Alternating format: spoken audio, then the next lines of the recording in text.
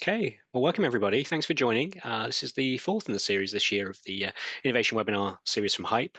And today we're going to be talking about one of my personal passions, which is the value chain innovation specifically. You're welcome to use the chat as we go through. If any questions pop up into your minds, please feel free to put them there. If I can get them whilst I'm presenting and it makes sense to use that as part of the flow, I'll respond with them on the fly. If not, I will endeavor to answer them at the end. And if we do run out of time, I'll make sure that everybody gets an answer to their question, no matter what. So yes, welcome. I'm Colin Nelson. I'm talking today about value chain innovation, specifically about how we can leverage it for greater business impact.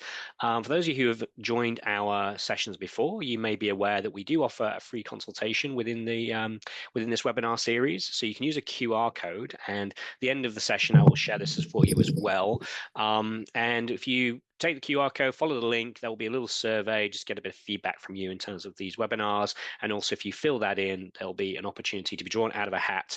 And we typically pick about 2 or 3 people out of a hat randomly for a free consultation on anything that I talk about today or innovation performance in general. I'm going to kick off this process with a story. And this is a story from some years ago when I was working with the company Goodyear, the tire company.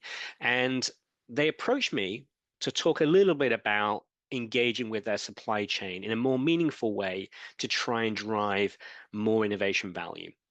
What they said was they were a large organization, and many of their major suppliers were also large organizations, often far larger than Goodyear themselves. And they said, we think we've about 32 companies that we consider to be major strategic suppliers. These are the ones that gobble up about 80% of our spend. And we feel that there are solutions to our problems embedded in those suppliers, but we just don't know who to talk to. And what we find is that they knock on random doors at Goodyear to try and find opportunities to work together, and they're not necessarily talking to the right people. It's just a many-to-many problem.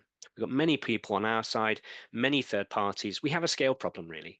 And what we'd like to do is to find a different way of engaging with those suppliers to see if we can drive more innovation than perhaps has been possible before. So we agreed to put in place an online innovation hub, a hub that could connect the Goodyear R&D people with their major suppliers. And they offered up a set of themes, really, sort of topics that potentially could be areas to explore together. And they said, you know us, you know what we do. We've been working together many years in most cases. So if you see one of these themes and you think there's something interesting or cool that we're not aware of, please let us know. No detailed intellectual property information. Don't share any IP. This is just marketing level information is fine. Just tell us how you think together we could work better around this particular area of focus. It was purely voluntary, and 16 of the 32 organizations responded. And from that process, we generated 92 new concepts. These were things that Goodyear were not working on previously. No money had changed hands at that point. And it just goes to illustrate the fact that if we ask the question of those people that depend on us, often interesting and magical things can happen. And I've been long of the belief that there are gold in those hills, innovation gold specifically. But the reason that we hold back on engaging with the wider value chain, of course, is because we have scale problems. They have 32 major suppliers and thousands of minor suppliers. It's simply difficult to know who to talk to about what. So I think this is a fascinating topic, and it's a topic that I'm spending an increasing amount of time working with our clients on. It seems to be that organizations care a little bit more about supply chain and value chain innovation specifically at the moment. But before I go any further, I'll just do a brief introduction to myself. And as I said, for those of you who've just joined, if you want to ask any questions as we go through, please do so, put them into the chat, and I will endeavor to either answer them as we go or answer them at the end of the session. So I'm Colin Nelson. For those of you who don't know, I was a former corporate entrepreneur in the technology space, doing a very traditional innovation job, looking for unmet opportunities, trying to build out capabilities that would fit those, rolling them into the business, and then moving on to the next one. So I did that for about 7 years or so. But for the last 20 years, around 20 years, I've been acting as a consultant to the innovation industry, typically working with large and complex organizations on supercharging their innovation programs and improving innovation performance. And it's been very diverse work. So as you can see from the sorts of organizations that I've worked with, organizations of all kinds of different shapes, sizes, and natures. And what I find is that innovators, corporate innovators especially, are of similar nature. We're all trying to make things better than they are today. I'm also a strong believer in the set of standards associated with ISO 56000. This we're very fortunate, I think, as an innovation industry to finally have a standard 56001, which we could be accredited against. But even if we don't seek accreditation, there's lots of great stuff in the ISO 56000 guidance in terms of what internationally recognized good practice is going to be. And I'm going to use some of the tenets of that to talk about value chain innovation today. Now, for those of you who aren't familiar with the ISO set of standards, I've tried to simplify those and to construct it into a building block structure. So much of what you would see if you read 56002 or 56001 is represented here in our innovation building blocks. And what I've done is I've highlighted those that are specifically relevant to our topic today in some way, shape, or form. So I won't going to go through all of this. If you're interested in this model, then please do let me know. I'm happy to dig into it to you on a one-on-one basis. But for the time being, I'm going to focus primarily on value chain engagement, and that's the top right-hand section. But of course, there are slices of value chain which also cross other things. So specifically about our ability to absorb external signals, the things that are flowing into our business that perhaps are going to help us set strategy, and of course our concept development process and utilizing third parties to develop new things together. And throughout this presentation, I'll be dipping in and out of these themes as we go through, wherever possible, using some examples as well. So value chain innovation. Let's talk about this topic in a bit more detail. It's certainly not new. This is not something that perhaps is new to the industry or new to the space. It's always been around there. And it's a subset of open innovation, a topic that we often have been talking about for many years, certainly ever since Henry Chesbrough started writing and talking about it. But there are some things that are a little different, that are becoming possible that perhaps weren't possible before. And this is a growing trend. And anytime there's a growing trend, I'm always interested to see why. I'm going to try and explain to you why I think this is changing the dynamic of the innovation landscape a little bit. Because I think that we are entering a slightly new epoch of innovation management, not just because we now have a recognized international standard, but also because of the amount of disruption that organizations are facing. So we'll come back to that in a moment. But today, what I'm going to be talking about is value chain innovation that is scaled up. So I'm not talking necessarily about a one-on-one conversation with a single supplier, although of course those things do happen. I'm trying to explain to you throughout today what the new paradigm is for value chain innovation and why it's a little different than perhaps it has been in the past. We'll talk about how it needs to be controlled, how it needs to be secure, how it needs to be manageable, and of course, generating content that's within available capacity.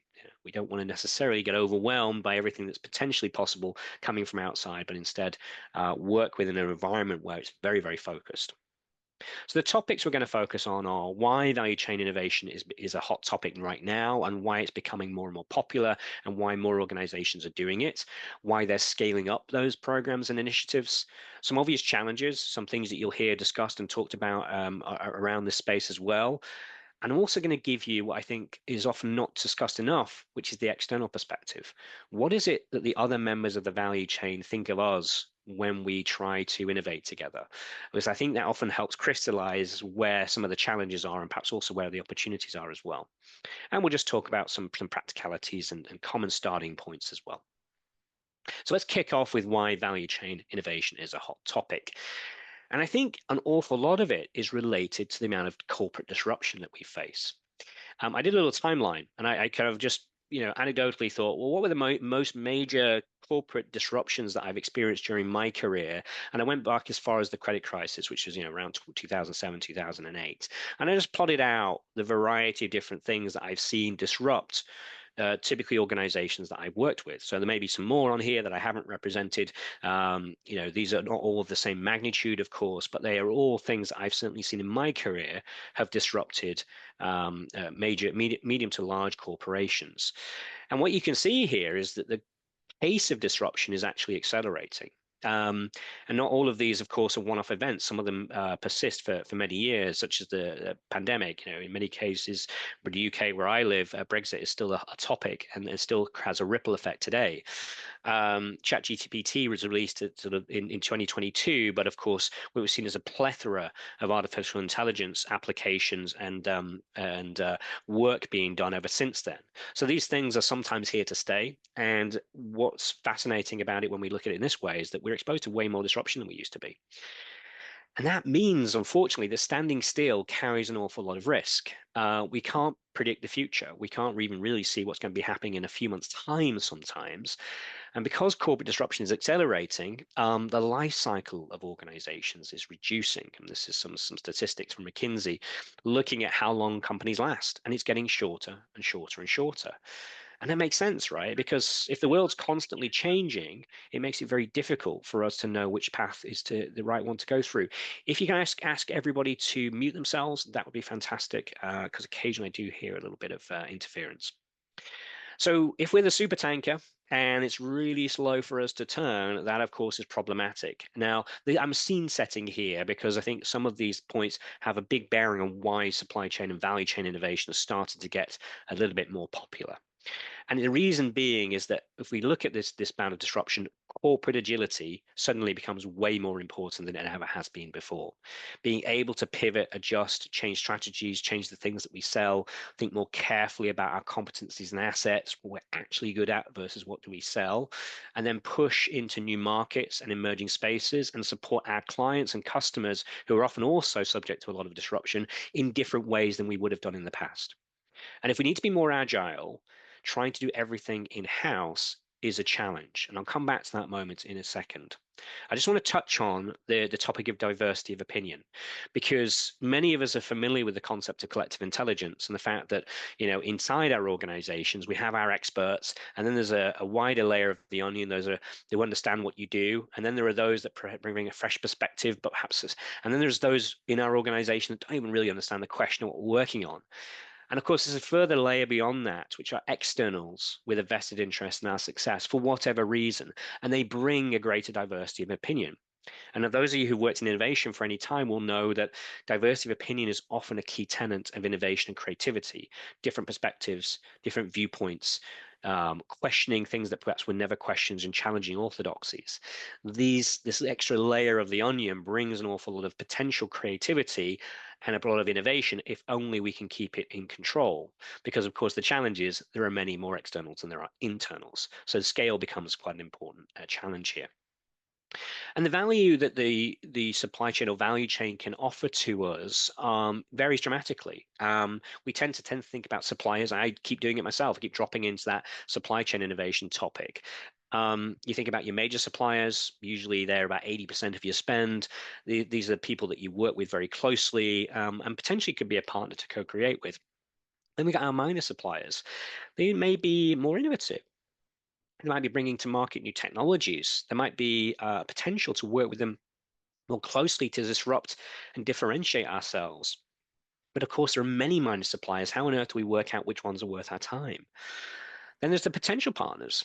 What about if we decide there's an area we'd like to explore and our existing supply chain can't fulfill that need? Where do we go to identify those potential partners? The new and emerging startups or scale ups, the people in the other side of the world have created something that's just right for what we're looking for. Knowing where to look, where those organizations are, of course, is a scale problem. But also trying to think about value chain innovation in the fullest context. So think about your customers or your clients, gathering insights on how their business needs to change and how our offerings might need to develop in order to continue to support that client, or maybe even support different types of clients. What about academia? They offer solutions to our problems sometimes. Just by asking them, they will offer us different perspectives. They also may give us a view on what the future might hold because they're not burdened by the same sort of timeline that we are often in the commercial sector. They often are thinking further out, and they will offer different perspectives. And of course, to feed into all of this, and I don't want to exclude it, even though I know it's a little bit different in nature, is thinking about what trends and technologies are happening out there and getting insights on those sorts of things so that we can get a sense of what's going to influence our world and our operating space, because they also offer potential for disruption and differentiation. If they're not feeding into our strategic direction, then it's going to be harder for us to work out which of these other members of the value chain we should be working with and to what extent. So just to summarize this topic of value chain innovation and why it's, I would say, part of the answer to improving innovation performance is because we see the evidence is there that new opportunities emerge by working with the greater diversity of opinion and perspectives. That diversity they offer different views, and I'm going to share some examples of this in a second. They've also invested ahead of us. So if we have to own everything ourselves, we have to build out capability, it's slower, it's less dynamic, whereas they may well have already taken some of the risk. May be able to and help us move faster and get to market faster because they've already started on this path. Whereas if we're building it ourselves from scratch, we're going to be a little bit further behind. And of course, it's much easier to pivot when change or disruption happens because we're not quite so burdened to what we already have in house if we have richer relationships with the external world. That's not to say that we should replace every piece of innovation with the outside world, although some industries do. If you think about the way in which the gaming industry operates, or perhaps the movie industry, there's a separation between the money and the production and the creative energies. But most industries aren't like that. But I do think there are some lessons that we can take from that to be able to pivot when change happens, and having a slightly broader perspective on what can be made available to us from third parties is certainly part of the picture. So let's move on to how organizations are scaling this topic, because you're probably already thinking, well, yes, this is all well and good, but how on earth do I engage with hundreds of third parties in a meaningful way without being overwhelmed? And thankfully, there are some good examples here. And I'm going to start off with just absorbing trends. There mercifully are companies out there that actually create and provide data that can feed into our strategy now. Again, if we're not listening to what the external world is offering to us, it's going to be very hard to know where we should take our businesses in the future and which third parties we should work with more extensively. But actually listening well is the starting point from my perspective, be that to clients or to customers or to emerging trends or technologies. That's the starting point of any kind of value chain innovation activity, because the world is moving so fast. Unless we have our finger on the pulse of what's going on, it's fairly likely that by the time we've innovated, the world will have moved on itself. So this has to be part of the puzzle. So there are mercifully organizations out there we work with Trend One, who provide this kind of data. Fibers is another one, which is really great in terms of providing technology insights. These companies can provide us with amazing insights that allow us to set our strategy and then formulate good areas of focus which we can go and explore with those other members of our value chain. Think about customers and clients. How do we understand what they do? Not just what they think of what we do today, but what changes are emerging from their businesses that are going to impact what we do. And a good example here is Fujitsu. There is actually a case study on our website about this, which we'll send a link to you afterwards. It's a great example of listening well, where in Fujitsu, the customer said, we want to partner not just as a supplier. And they established a program called Activate to listen actively to their customers' executives' problems and opportunities, the stuff that keeps them up at night. Then they would take those problems, throw them to their distinguished engineer community and say, can we create some kind of new offering that would fix this need? And they had a tremendous success with this. I think they had 90 employees that were trained with this methodology, and they had 10x ROI just from the first year of operating, because they were uncovering those unmet needs rather than just trying to assume what it was that the client may look for. So this is a business services company, or business services arm of Fujitsu, and I think it's a really great example of listening better and absorbing those signals and using the client or the customer to be part of the innovation journey. Another example that we often quote is from AkzoNobel and their Paint the Future program, because they were interested in the organizations they didn't know, the potential partners, the potential suppliers. And so they threw out 5 major strategic innovation areas, nothing commercially sensitive, but all stuff that you would expect if you're in paints and coatings to be knowledgeable about, and said, hey, if you've got capability in this space and you're not currently working with us, please tell us what you've got. And they were overwhelmed. 160 submissions from that process, and around 80 of those submissions were on point. They were relevant to the topics themselves. They were the sorts of types of capabilities that AkzoNobel respected and thought were useful. And they took a quarter of those, around a quarter, and shortlisted them, and actually awarded 3 or 4 prizes to actually work together. But they started to forge these new relationships between the R&D world and these emerging startup startups and scale-ups that they perhaps didn't know. This program then became the tenet of scaling up to their existing suppliers and their academic partners as well. They would simply broadcast the challenges they had, invite the masses to come and participate, control the quantity with the nature of the question, and they started to find that they could accelerate their journey of innovation and increase those number of relationships that could add real value to what they did. Another example is one again. I really like sharing. It's where work I did with Harley-Davidson, where they were struggling with their cost back in, I think it was around 2018 or so. They were basically struggling with tariffs, especially on steel. And they did what every company does when it struggles with cost, is to bash the suppliers over the head and say, please reduce your costs. And there came a point where they were struggling to get any further progress. So we decided to look at it in a different way. And we went out to the strategic suppliers, of which there were around 200, and said, you see us from a different perspective. You also see our competitors. You may see different industries. What is it we do that creates cost and inefficiency within our business that we can't see? Challenge our orthodoxies. And that doesn't necessarily have to relate to you reducing your prices. Again, we don't want any intellectual property. Nothing can be commercially sensitive. Just tell us what you think we're going wrong.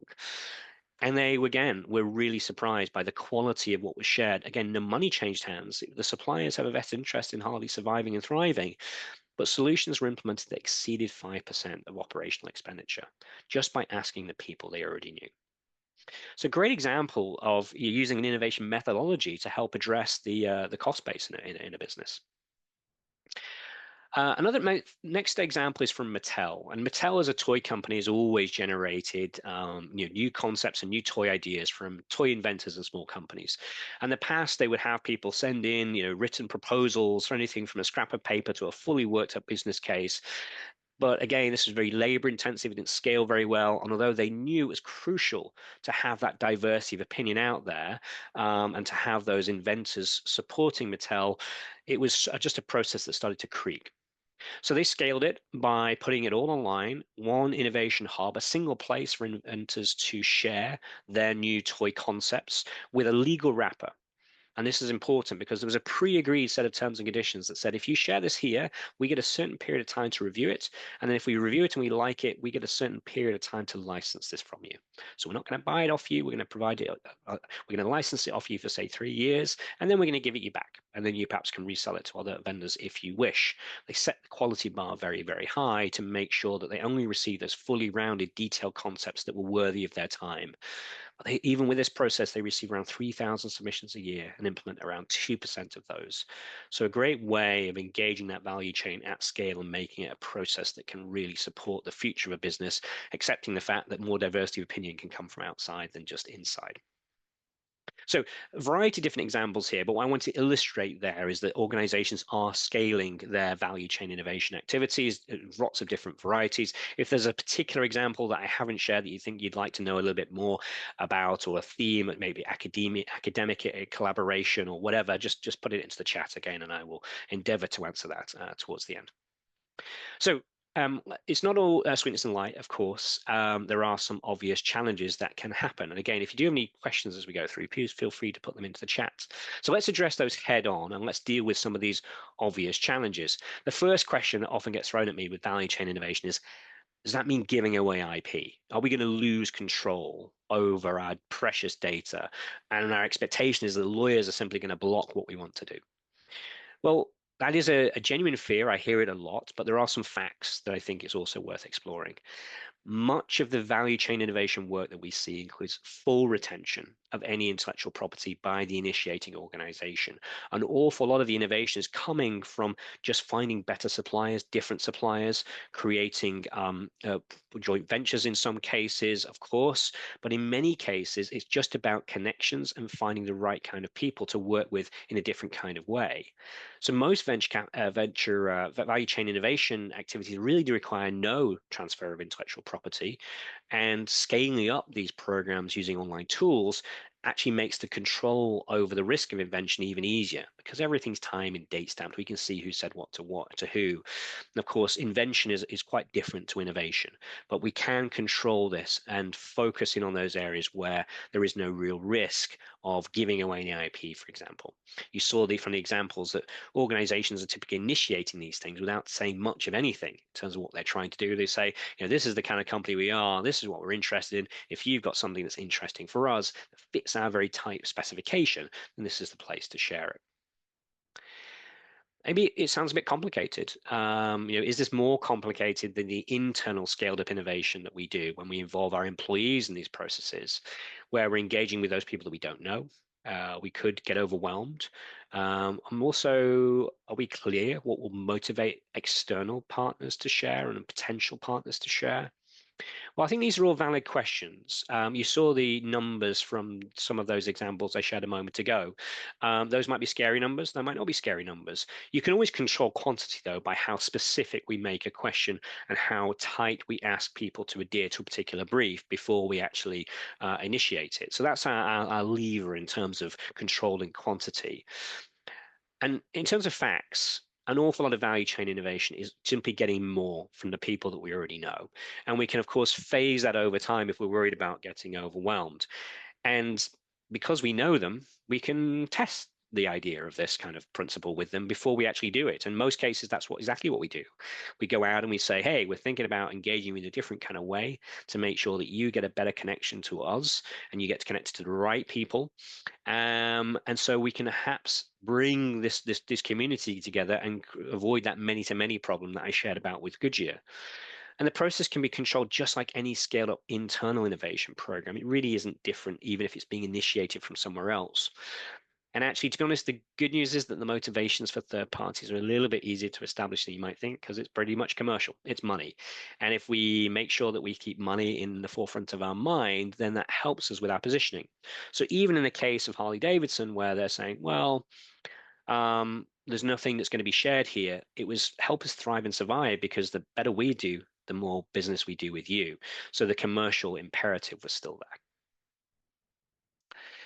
Sometimes starting is the hardest part. In fact, often starting is the hardest part. There are too many options. Which organizations should we work with? In which way? What kind of topic should I go after? Is this going to undermine and create fears within my existing employee base? If I mess up phase one, I'm never going to be able to do phase two. We don't want to spoil the well. And then we get this sort of paralysis by analysis, and we never quite start. Well, I think crawl, walk, run, and then run is absolutely okay. And it's actually also fine if you never run. Just crawling and walking can be very, very productive for value chain innovation programs. There are absolutely some low risk starting points that should work every time. And I've been doing this for 20 years. And again, if there are particular areas you want to test with me, feel free to ask either on this call or some other time. There are things that I've never seen fail. Just obvious points where we simply have a scale problem. By asking the right combination of third parties, the right kind of questions, we should get really high quality results in a manageable way. And of course, once you've done something that's maybe a crawl phase, you can build on the credibility to do some other more adventurous value chain innovation projects if you so wish. But even just scaling it sort of crawl and walk is still really valuable. So don't worry too much of being as adventurous as perhaps some of the examples that I've already shown you. You might be fearful that perhaps my organization just simply isn't ready. We will get overwhelmed. We don't have enough capacity to manage engaging externally. That's kind of procurement's job. And what if we get too much content? Well, as I said earlier, content can always be controlled, quantity and quality. And it's simply about how broad do we go out, how specific do we make it, whatever question or call to action we request, or how much data we choose to process. You're already doing value chain innovation. It may be less transparent, but it's already happening. People in your organization, we're talking to externals in front of the organization and behind, and that will be slowly influencing the types of things that you do. What I'm talking about is just making it better, making it easier to scale, more controllable, more manageable, more predictable, because the current world that we live in, it can be a little bit chaotic, and it can be a situation where the wrong people are talking to each other. Somewhere is of your organization may absolutely sit on the sideline and might just want to see what happens first. And I certainly don't think it undermines the work of procurement. In the procurement supply chain world, we typically have an identified need, something we're trying to get done, and we go to them and say, please find me a vendor that can provide that capability. I think in many cases, real value chain innovation is trying to operate a little bit ahead of that. It's trying to share, "Yeah, we're thinking about this, we're not quite sure, or we might go and explore that area." And it's much later that we bring in procurement or supply chain in order to actually go and do some contracting. So they typically don't have the capacity to do this kind of stuff. It needs to be owned by the innovation folks, or certainly those people that maybe sit in technology in certain industries. So let's look at this from a different perspective, and let's look at it from the external perspective. What about putting ourselves in the shoes of the third parties that we may choose to engage with? And I'm going to start off with the supplier or the potential supplier. I'm going to share with you some complaints and also some opportunities that I derive from those kind of conversations, because I do talk to the potential suppliers, and it's very interesting to try and look at it from the other perspective. So let's look at it from their normal list of complaints. I've got no idea who I should speak to about my new offering. I've got something really cool I think really is going to add value to your business, but I don't know the right person to talk to. And eventually I'm going to get bored. I'm going to call your competitors. Yeah, that is a real thing. And if we're not open and we proactively agree or dismiss things, then there is a situation where our competitors will disrupt us simply because they happen to get lucky and they talk to the right person at the right time. And what they also say is, I'd really like to understand your problems better so I can serve you better, but you never really share those with me. The opportunities are pretty clear. Suppliers are naturally motivated to help you because they will win more business, and they see it as potential joint competitive advantage if we can work together. We can simply accelerate innovation by using the best expertise, not just the people that we have in-house, irrespective of where it is. So I think there's huge opportunities for supply chain innovation. And this is usually where my clients are starting, is this or, because they know the third parties, they know at least who the starting points are going to be, and they have a feeling that it's going to be a little bit sort of easier to control. The consumer may see you just as a commodity. They might say, I don't have time to help you.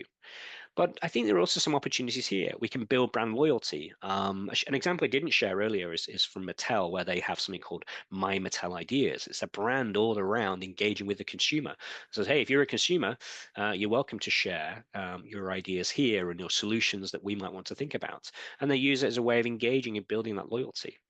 But consumers absolutely can provide you with invaluable insights to help iterate the offering. It's typically more incremental innovation that's driven from these, because they look at you within the realms of what they believe you can achieve and do, rather than imagining what you could be. But again, it is an opportunity if we see that we are dealing with a B2C type environment, and we're trying to find and maximize the market fit for something new.